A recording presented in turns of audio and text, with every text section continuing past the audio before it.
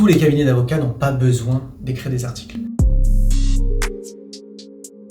Beaucoup d'avocats écrivent des articles pour développer la clientèle de leur cabinet d'avocats, ce qui est tout à fait logique et une stratégie qui est tout à fait louable. Beaucoup d'avocats se posent donc la question de pourquoi ils ne le feraient pas eux, et en fait, ça dépend de plusieurs facteurs. Dans quelle situation je dois me dire je vais écrire des articles? Déjà, est-ce que vous aimez ça? Ce qui est assez logique. Beaucoup d'avocats se sentent mal parce que oui, ils n'écrivent pas de contenu, oui, ils ne sont pas les premiers sur LinkedIn, ce ne sont pas des stars sur LinkedIn.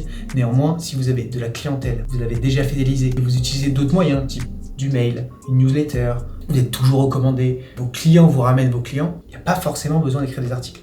Néanmoins, si vous êtes dans une logique de développement, que votre clientèle n'est pas assez importante, ou alors que vous voulez recruter et que votre clientèle ne le permet pas, alors il sera intéressant de regarder ce qu'il en est des articles. Les articles, ça a beaucoup d'avantages. Déjà, ça démontre votre expertise juridique. Forcément, quelqu'un qui lit un article sur vous entre un cabinet A qui propose une prestation A et le cabinet B qui propose la même prestation que le cabinet A, mais qui pour le coup, a mis en avant, grâce à des articles, comment il va y répondre, forcément, on a plus envie d'aller voir le cabinet B. En deuxième temps, ça va aussi attirer de nouveaux clients. Votre site internet va peut-être être mieux référencé si vous êtes bon en SEO, ce qu'on va voir un petit peu après sur comment structurer un article pour que vous ayez quand même la base en termes de référencement. Et ça va vous permettre aussi de fidéliser des clients. C'est-à-dire que si vous partagez ces articles sur LinkedIn, via une newsletter, via des mails ou ce genre de choses en disant voilà, j'ai pensé à toi, j'ai écrit cet article, bien entendu ça peut être envoyé à 50 clients en même temps, peu importe, soit ils seront heureux de se dire mon avocat il est présent et il m'apporte de la valeur, soit il va se dire tiens c'est intéressant ce qu'il raconte, j'ai peut-être besoin de ça, ou alors il va se dire tiens ça intéresserait mon collègue, je vais lui envoyer et il va vous faire de la mise en relation. Et quand on parle de recommandation et de bouche à oreille, c'est ça le bouche à oreille, c'est quand vous le mettez en place grâce à vos actions. Maintenant, comment écrire ces articles-là?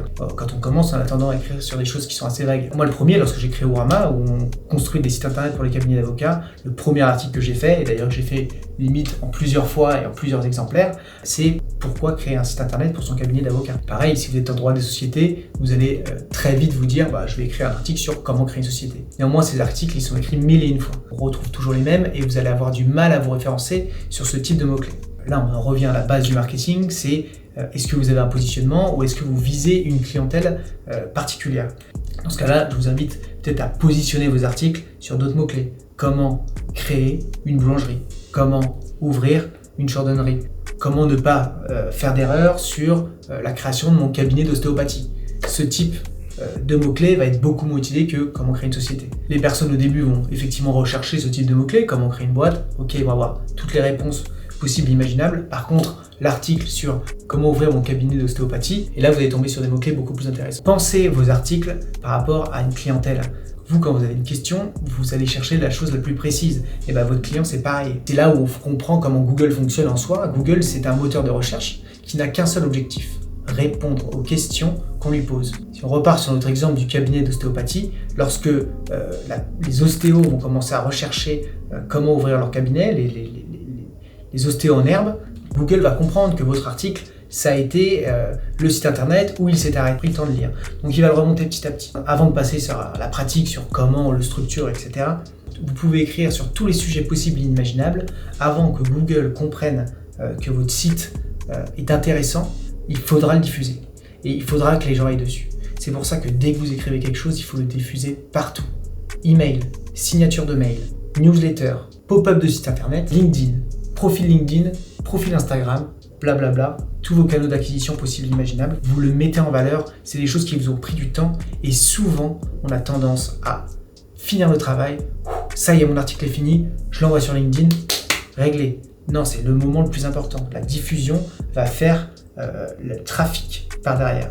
Il y a un premier trafic, il va y avoir un intéressement sur une cible particulière et c'est là où vous allez référencer votre article.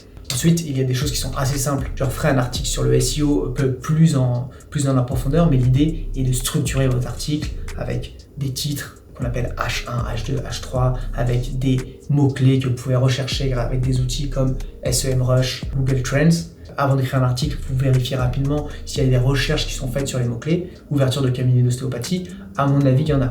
Ouverture de cabinet d'ostéopathie à Bordeaux, à mon avis, il y en a moins. Est-ce que c'est utile de préciser cet aspect-là?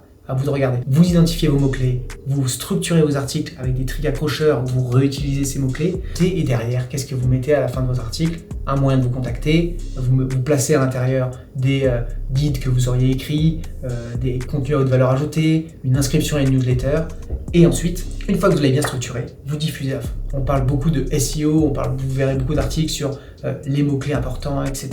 On oublie souvent l'humain qui est derrière.